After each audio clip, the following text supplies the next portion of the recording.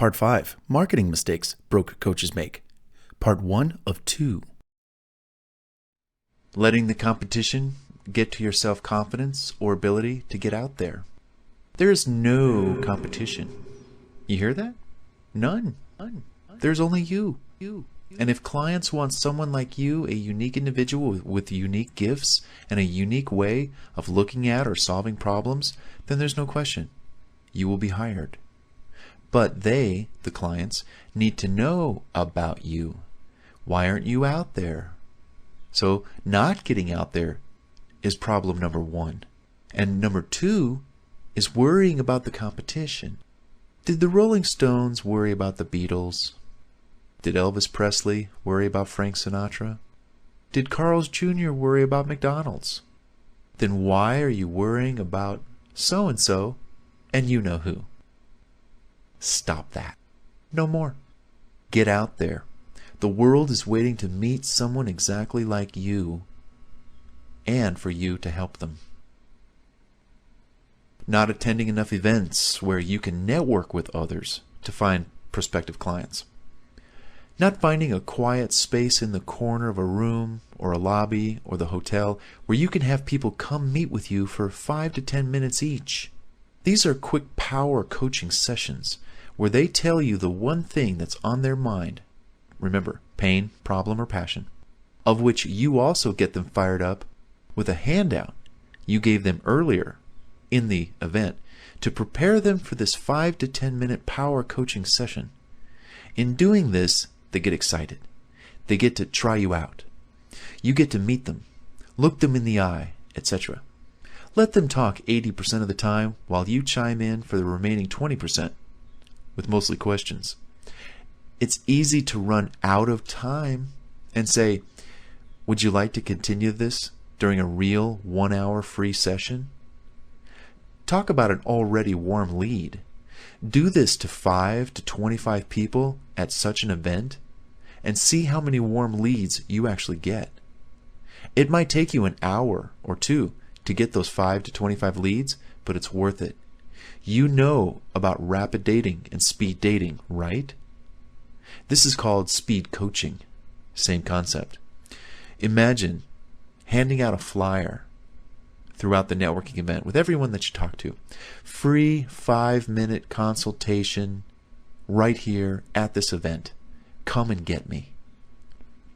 And on that flyer, you've got the question, or you've got the box, or you've got the statements, or you've got the topics, such as fill in the following lines with your pain, problem, passion, or what really are you looking for to achieve with, or why are you here at this event? Different things that conjure up the need for them to explain themselves, share themselves, put it down on the little card that you've given them, and then they come and get you. Say, hey, I'm ready for my 5-minute appointment. Great. All right, I'll be ready in 10 minutes. Stay right here and let me finish with this client, and then you're next. And then they're getting excited. Then they go into this 5-minute session. Well, like I said, find a little corner in the hotel room or the lobby or the hallway or the lounge, wherever this event is taking place. And treat that as your virtual office. Hey, welcome to my office. Let's sit down. So, what is it that you want to talk about? And then let them talk. And then in 5 minutes it ends. Put that clock on and say, okay, it's 5 minutes. Do you want to continue this on a free coaching session? You get the idea. Another marketing mistake coaches make. Boring website, boring copy, boring photos, boring anything and everything. Again, these are mistakes coaches make. Also, being cliche and using predictable phrases and general statements, etc. Not you. No. You're going to change those ways if you happen to fall into those ruts. But never be this way. Never be boring. Never be cliche. Never be predictable. Don't use old lines that people are, don't bore people. Be exciting. Be on the edge. Not donating time for charity work. Here's why this is important. Are you only in it for the money? Or do you really want to help people? Chances are, if you're not paid, you won't coach. Sure, you have a burning desire to help others. Okay, put your money where your mouth is and do some charity work. For starters, This gets you away from the work zone into a true helping others zone. Next, that photo of you dishing out turkey legs at that homeless shelter really resonates with that corporate client who was looking for someone to hire for their personal coaching needs. Seeing you helping others is just the kind of big heart most clients need to know when they hire you. Are you all about the money? Or is there another side of you that really does care about people? You only have to donate an afternoon once or twice a year for this to really have an effect. So I'm not telling you to go out every weekend or something. It could be for seniors, homeless, the veterans, animals, children, halfway houses, domestic violence shelters, etc. Find 10 different causes in your area and participate in one of them every month or so. It's up to you, but I think you get where this can lead to. Besides, what a great way for you to get endorsements from those organizations on your website. Susan Smith, professional coach at www.hersite.com, donated her time to help. Name of organization. If your name goes on their website, look out for some great search engine backlinks to your website, hopefully. The potential is unlimited. Looking at marketing as work. It's not. Marketing is fun. Marketing is an excuse to party. Why? Marketing gets you away from what's boring to what's exciting, which is interacting with people. Marketing is about relationships, meeting new people, helping people, those people helping you. What goes around comes around. That's what marketing is about. Make it easy for clients to give you testimonials. For starters, most people are not good at writing, let alone how they feel about what you did for them as their coach. So, help them. Ask them these 3 very basic questions, and then you formulate their testimonial out of their own words. For example, question number 1. Without giving away too much detail, why did you hire me as your coach? What problem were you facing that you needed help with? What was your pain, problem, or passion? Question number 2. What was one thing that really stood out for you when it came to working with me as your coach?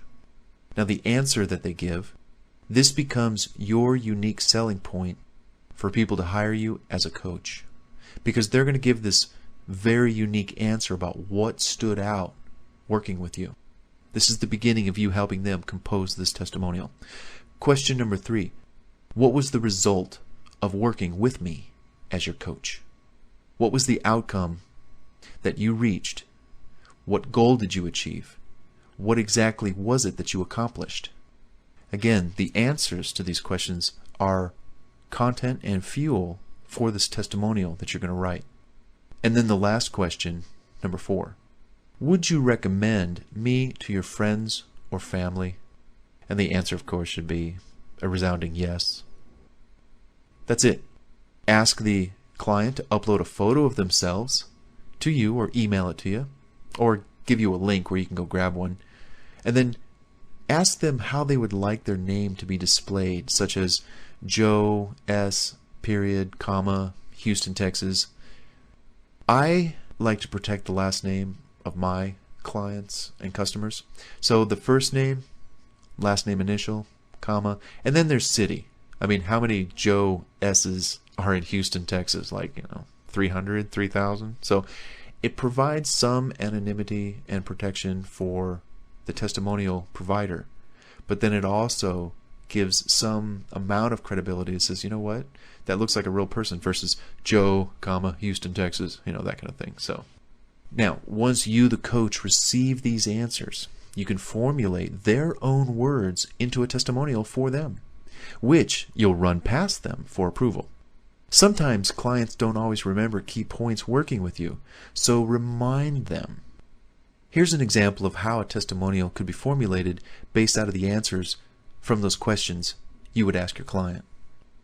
I came to see Coach's name because I wanted to achieve a desired outcome. It seems I just wasn't able to because of whatever pain, problem, or passion they stated, until I started working with my coach. What I really liked about working with my coach is that he or she, and here would be your unique selling point of something that stood out for the client, and I just can't thank my coach enough. I definitely would recommend anyone wanting to, and you would repeat the desired outcome, and having troubles with the pain, problem, or passion, book an appointment to speak to my coach as soon as possible. Thank you, Coach. End quote. Mary D. of Chicago, Illinois. Now, this formula can be used for all testimonials. What's really unique about this formula is that no testimonial is going to be the same. There will be some patterns that repeat, like I would recommend highly that you call. I mean, you can massage that and tweak that a little bit per testimonial. But these are the questions that you can use to extract the client's experience coaching with you and then translate it into the form of a testimonial for your website. It's hard work. I mean, this is not fun. It's not easy. Oh, yeah, open my email, check it, read. No, getting testimonials does take work, but I'll tell you something. Once the work is done and you have 3 to 5 to 10 to 20, I have about 250 product review testimonials for my cookies, bartscookies.com. 250. And I remember in the beginning, people were telling me, Bart, why are you sending away cookies for reviews? That's not making you any sales. I mean, these people, their heads were in the sand. They didn't know what they were talking about. But I knew better. I knew that once I had 1, 2, 10, 20, 30, people were saying, don't you have 50? Isn't that enough? And I said, no, I won't stop until I get to 1,000. So once I hit that 250 product review mark, boy, I'll tell you something. If anybody ever had any doubts or questions about, are my cookies really the world's best? I don't have to do any talking at all. I have 250 people that will do it for me. In addition, I have about 70 or more personal customer testimonials. So we're talking over 300 plus testimonials. I'm inching my way pretty close to actually 500 because I have some in my computer that I've yet to put up online because, again, it takes work. You got to sit down, you got to craft them, you got to review them, you got to proof them, you got to put them up on your website, you got to look at that. It's a process. So go out and get testimonials about your coaching services from your clients. Even if some people are not your clients, but you've helped them, get testimonials from them. And those are the beginning, the snowball of your huge pile of testimonials that I want you to have as a rich coach. Hey, that concludes part 1 of 2 of part 5, Marketing Mistakes Broke Coaches Make. Come on, let's check out the next audio in this series, and we'll check out part 2 of 2, Marketing Mistakes Broke Coaches Make. Come on, let's check it out.